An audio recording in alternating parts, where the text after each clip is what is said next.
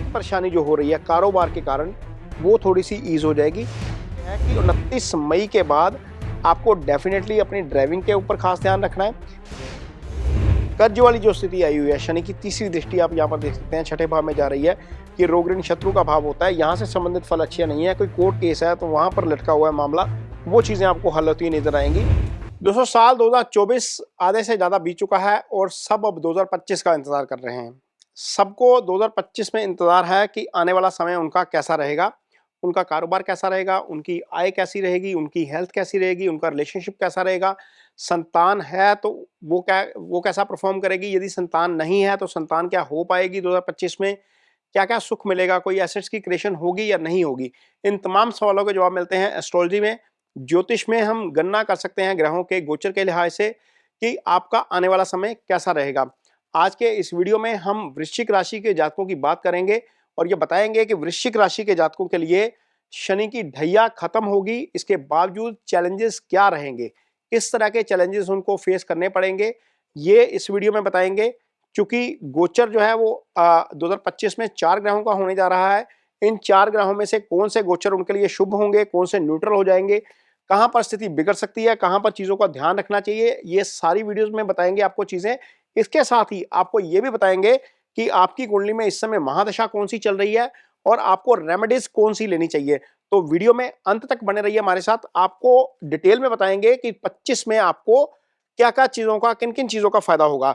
तो सबसे पहले तो 2025 एक ऐसा साल है जिसमें चारों बड़े ग्रह गोचर कर रहे हैं।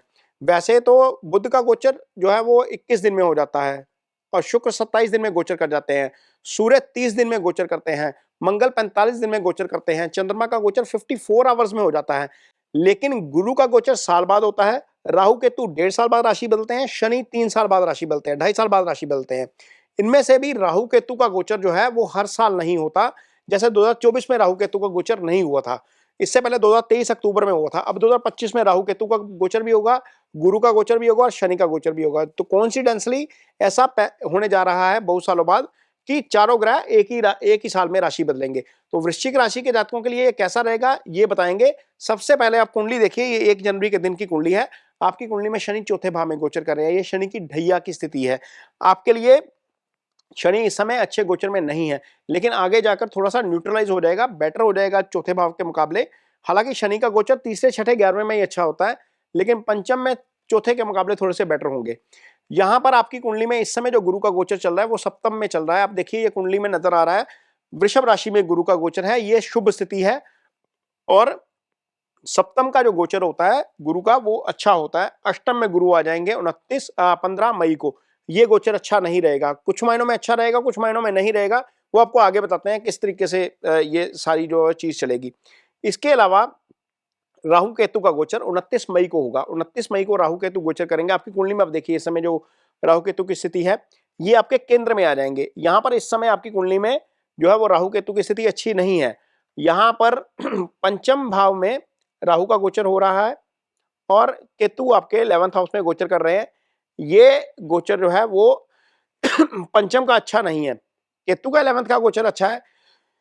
केतु का गोचर आगे भी अच्छा रहेगा, केतु 10वें भाव में भी अच्छा फल करते हैं, तो ये गोचर आपका न्यूट्रल रहेगा, ये चलता रहेगा। शनि थोड़े से जो है वो बेटर हो जाएंगे, चौथे के मुकाबले पंचम में आ जाएंगे। गुरु जो है वो अच्छे नहीं रहेंगे, हालांकि गुरु पहले 4.5 महीने अच्छे रहेंगे, उसके बाद जो गुरु की पोजीशन आएगी अष्टम में, वो वहां पर किन चीजों का ध्यान रखना है वो आपको बताएंगे। इसके अलावा जितने भी जातक वृश्चिक राशि के हैं जिनकी उम्र 30 से 50 साल के बीच है, उनके ऊपर शुक्र की महादशा चल रही है। शुक्र भी आपके लिए किस पोजीशन में रहेंगे वो भी आगे आपको बताएंगे इस वीडियो में। जो है वो शुक्र की पोजीशन आपके लिए बहुत अच्छी रहने वाली है। पहले 5 महीने तो काफी अच्छी रहेगी, बीच में 2 महीने ठीक नहीं रहेंगे, फिर वो ठीक हो जाएंगे, क्योंकि शुक्र का गोचर 9 घरों में अच्छा होता है। तो शुक्र भी साथ साथ में आपको ब्लेसिंग देंगे। इसके लिए एक अलग वीडियो भी बनाकर आ रहे हैं साथ में कि शुक्र का गोचर कैसा रहेगा, वो भी देखिएगा, उससे आपको ज्यादा बेटर आइडिया होगा। लेकिन यहाँ पर इन 4 बड़े ग्रहों के गोचर की बात करेंगे कि कैसी रहेगी आपकी पोजीशन, कैसी रहेगी। तो सबसे पहले शनि पे आते हैं। शनि आपकी कुंडली में, चूंकि ये मंगल की राशि है, शनि तीसरे भाव के स्वामी है, चौथे भाव के स्वामी है, तो शनि आपकी कुंडली में चौथे भाव से गुजर रहे हैं।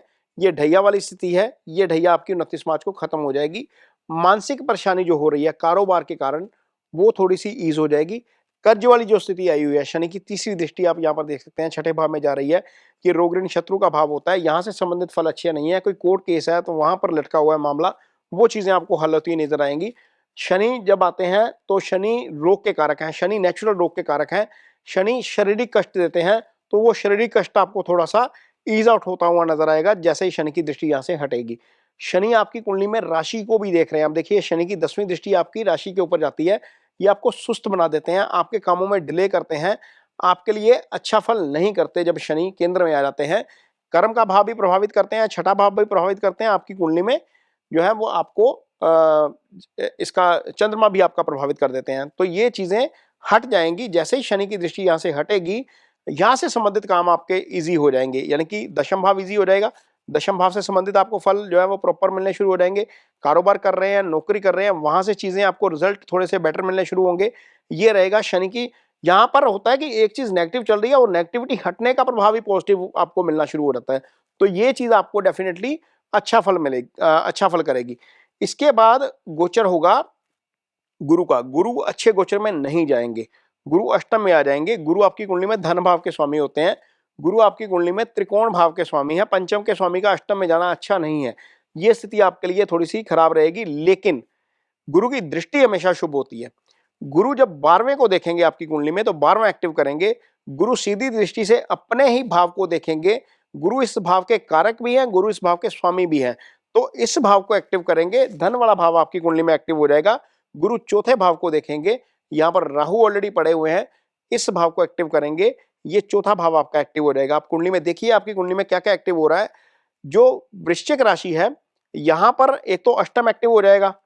अष्टम का एक्टिव होना अच्छा नहीं है, क्योंकि शनि आगे आएंगे और गुरु यहाँ पर आ जाएंगे, गुरु बैठेंगे अष्टम में, तो ये स्थिति अच्छी नहीं है। राहु की दृष्टि आप देख सकते हैं अष्टम में जा रही है, ये अष्टम का एक्टिव होना एक तरीके से अच्छा नहीं है। इसका मतलब यह है कि 29 मई के बाद आपको डेफिनेटली अपनी ड्राइविंग के ऊपर खास ध्यान रखना है। यदि कोई डॉक्टर रिकमेंडेशन देते हैं, कोई प्रॉब्लम हो गई है, फिजिकल प्रॉब्लम हो गई है, तो उसके ऊपर ध्यान रखना है। लंबी दवाई लग सकती है, ये चीज जरूर ध्यान रखिएगा। 29 मई के बाद हेल्थ के लिहाज से चीजें अच्छी नहीं है। आपका काम कहीं हाइट पे चढ़ कर करने का है, कहीं मशीनरी पे करने का है, कहीं ऐसी स्थिति में काम करते हैं जहां पर एक्सीडेंट होने की संभावना रहती है, तो काम 29 मई के बाद ध्यान के साथ करिएगा। यहाँ पर चीजें अच्छी नहीं है, ये अष्टम का एक्टिव होना अच्छा नहीं है, ये आपको ध्यान रखना पड़ेगा। लेकिन आपकी कुंडली में जो सेकंड हाउस है, आप देखिए यहाँ पर गुरु की दृष्टि जा रही है, इसका एक्टिव होना बहुत अच्छा है। ये कुटुंब का भाव है, ये आपका तालमेल आपकी फैमिली के साथ ज्यादा बेटर करेगा। इसके अलावा ये धन का भाव है, धन में निश्चित तौर पर वृद्धि होगी। शनि यहाँ पर देखिए पंचम में बैठे हैं, दशम दृष्टि जा रही है दूसरे भाव के ऊपर। गुरु अष्टम में बैठे हैं, दशम दृष्टि जा रही है दूसरे भाव के ऊपर। ये भाव एक्टिव हो गया आपका। अब एक पाप और एक शुभ ग्रह की जो जो प्रभाव है, उसके कारण आपका धन भाव एक्टिव होगा।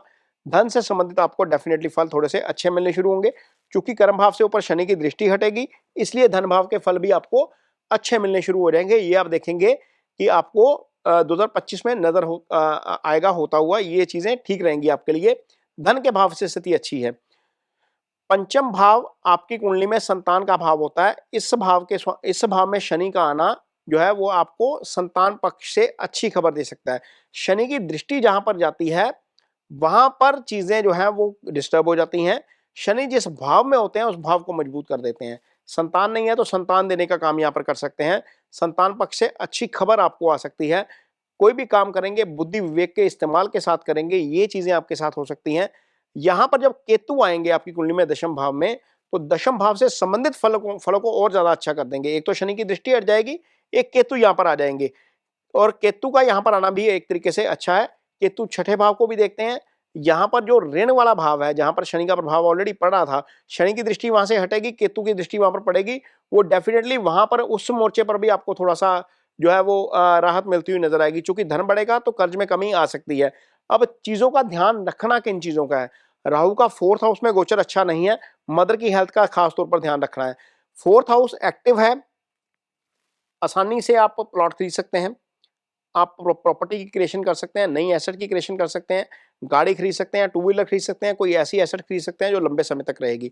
लेकिन इस चीज का ध्यान रखिएगा, कहीं इस मामले में आपके साथ कहीं धोखाधड़ी या फ्रॉड ना हो।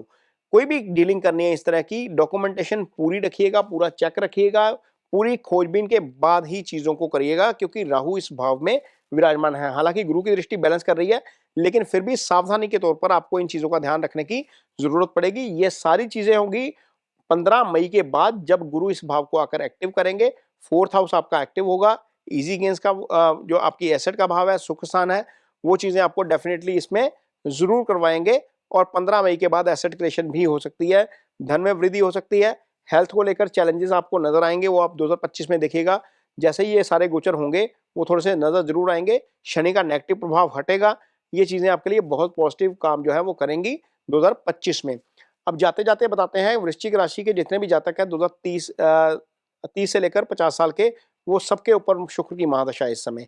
अब शुक्र की महादशा का मतलब है कि आपकी कुंडली में शुक्र जो होते हैं वो सप्तम के स्वामी होते हैं, जो कारोबारी पार्टनर का भी भाव है, आपके लाइफ पार्टनर का भी भाव है।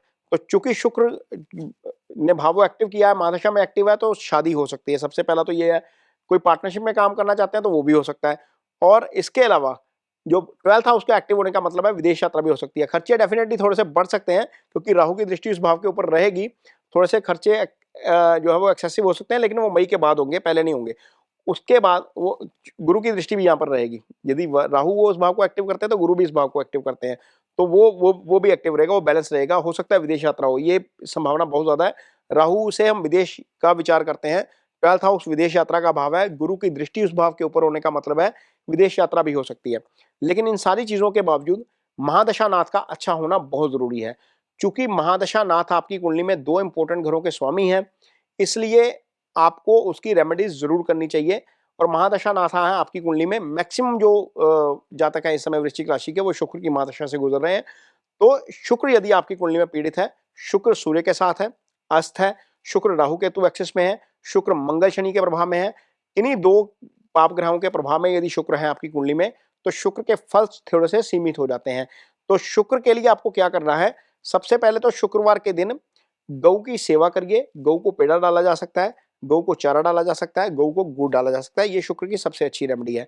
आप अपने खुद के लाइफस्टाइल को थोड़ा सा इंप्रूव करिए, खुद की सफाई रखिए, ये शुक्र की अच्छी रेमेडी है।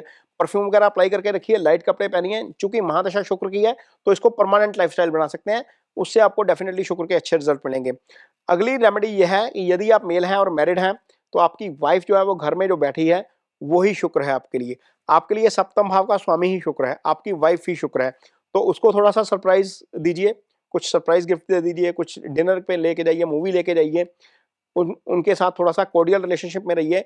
चूंकि जो वाइफ है वो घर की लक्ष्मी होती है और शुक्र धन के ही कारक है। तो यदि आपकी वाइफ आपके साथ कोर्डियल रिलेशन में है तो डेफिनेटली आपको शुक्र के अच्छे रिजल्ट मिलेंगे। ये गोचर जो मैंने बताया वो तो 2025 का है, लेकिन महादशा नाथ तो 20 साल के लिए यहीं पर रहेगा। तो जितने भी 30 से 50 साल की उम्र के जातक हैं उनके ऊपर शुक्र ही चलेंगे आगे। तो शुक्र का सेट होना आपकी कुंडली में, शुक्र का अच्छा होना बहुत जरूरी है, वो लॉन्ग टर्म में आपको फायदा देगा। तो ये रेमेडीज जरूर करिए, इससे आपको डेफिनेटली बहुत फायदा मिलेगा। शुक्र धन के कारक हैं, डेफिनेटली इससे आपको धन में भी वृद्धि जो है वो होती हुई नजर आएगी। ये वीडियो आपको कैसा लगा इस पर कमेंट बॉक्स में अपनी राय जरूर दीजिए।